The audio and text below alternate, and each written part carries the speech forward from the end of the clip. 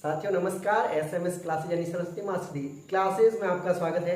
आज की जो अपनी विशेष क्लास है रीट लेवल 1 की जो अध्यापक भर्ती हो रही है एवं 2 गुना कट ऑफ जारी हो चुकी है पहले। अब फाइनली जो आपका डॉक्यूमेंट वेरिफिकेशन हो चुका है एवं डॉक्यूमेंट वेरिफिकेशन होने के पश्चात जो शिक्षा विभाग से जो आंकड़े हैं वापस राजस्थान कर्मचारी चयन बोर्ड के पास पहुंच चुके हैं। हम सबसे पहले खुशी की बात है कि हमारे जो चेयरमैन नए चेयरमैन बन चुके हैं, तो अब तीव्र गति से आपके रिजल्ट भी आएंगे, तीव्रता आएगी आपके कार्य में। तो हम अपेक्षा कर सकते हैं कि आगामी समय में जल्द से जल्द आपकी 1 गुना कट ऑफ आएगी।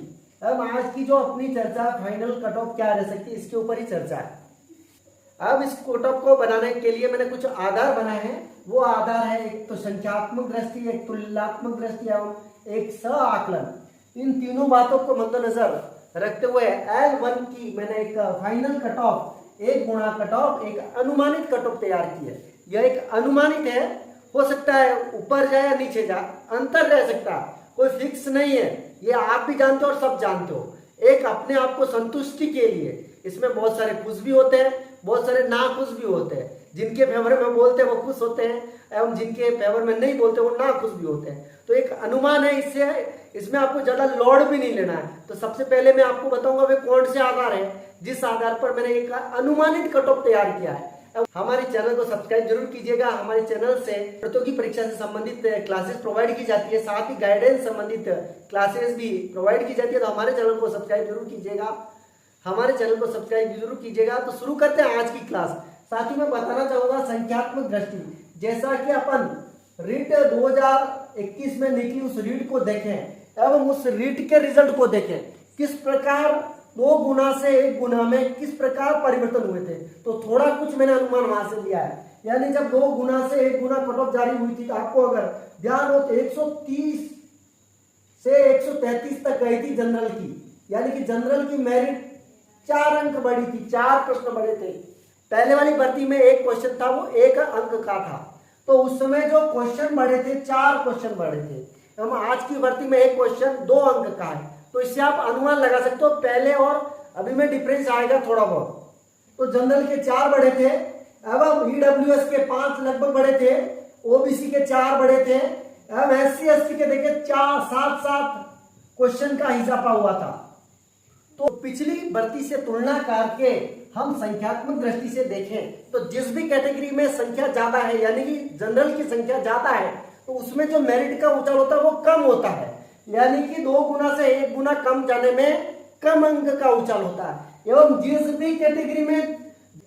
कैटेगरी में संख्या कम है, अभ्यर्थियों की संख्या कम किसमें है, SC/ST में कम है, तो वहां कुछ ज्यादा उछाल देखने को मिला था। तो ऐसा ही कुछ इस भर्ती प्रक्रिया में भी होगा। एवं यहाँ पर मैंने कुछ मेरा स्व आकलन भी निकाला है।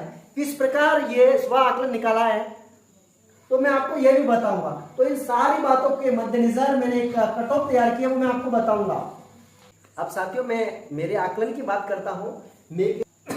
मेरे आकलन के अनुसार यानी जो मेरिट जनरल की 186 है और ओबीसी की अपन यहाँ देख सकते हैं दोनों का डिफरेंस 11 अंक आ रहा है। एवं अब जब फाइनली कट ऑफ आएगी 1 गुना कट ऑफ आएगी, ये डिफरेंस कम हो जाएगा। ये कम क्यों होगा उसका मुख्य रीजन है कि जो जनरल की मेरिट जारी हो जाएगी उसमें आधे अभ्यर्थी कट ऑफ में शामिल हो जाएंगे एवं आधे अभ्यर्थी जो बचेंगे उसमें आरक्षित श्रेणी के भी होंगे एवं जो बचे हुए अभ्यर्थी रिजर्व कोटे के होंगे, आरक्षित श्रेणी के होंगे, वो अपनी अपनी आरक्षित श्रेणी में चले जाएंगे। तो इस प्रकार अपन कह सकते हैं कि यहाँ पहले 2 गुना अभ्यर्थी थे आरक्षित श्रेणी में एवं कुछ अभ्यर्थी ऊपर से जनरल से वापस आरक्षित श्रेणी में आ जाएंगे, तो यहाँ अभ्यर्थियों की संख्या ज्यादा हो जाएगी। तो यहाँ पर जो संख्या है जो निश्चित है, तो अपन इस आधार पर कह सकते हैं कि ये जो डिफरेंस है वो उस समय उतना नहीं रहेगा। ये अपन डिफरेंस इस संदर्भ में भी देख सकते हैं। जनरल एवं एमबीसी में यहाँ पर डिफरेंस जो 13 है वो फाइनली कट ऑफ में 13 नहीं रहेगा, इससे कम हो जाएगा। ये अपन डिफरेंस यहाँ पर भी देख सकते हैं, ये 20 है, तो ये फाइनली कट ऑफ जारी होगी वहां 20 अंकों का नहीं रहेगा। तो इस प्रकार सभी कैटेगरी में जो अभी डिफरेंस है वो फाइनली कट ऑफ में अपने को नहीं देखने को मिलेगा। अब साथियों मैं आपको बताना चाहूंगा, सबसे पहले अपन 186 के आसपास देखते हैं, 186 के ऊपर और नीचे। अब यहाँ पर अपन ऊपर की स्थिति देखते हैं। देखिए ट्राइंगल स्थिति बनती है, ट्राइंगल।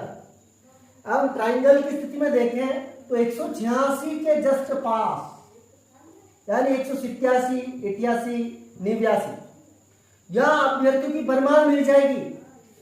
यानी जो आगे अभ्यर्थी कटने हैं वो लगभग कम अंकों में मिल जाएंगे, 186 के इर्द गिर्द ही मिल जाएंगे। यानी कि जो कट ऑफ बढ़ेगी वो ज्यादा नहीं बढ़ेगी।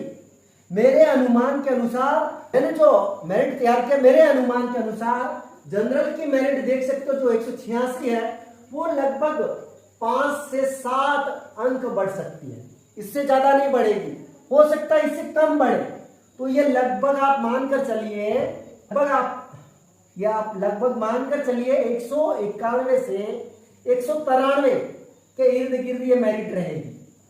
एवं जैसा कि मैंने पहले बताया था, यहाँ पर जो अंकों का इजाफा हो रहा है 5 से 7 अंक, एवं जब आरक्षित श्रेणी में जाएंगे तो ये इजाफा कुछ ज्यादा हो जाएगा।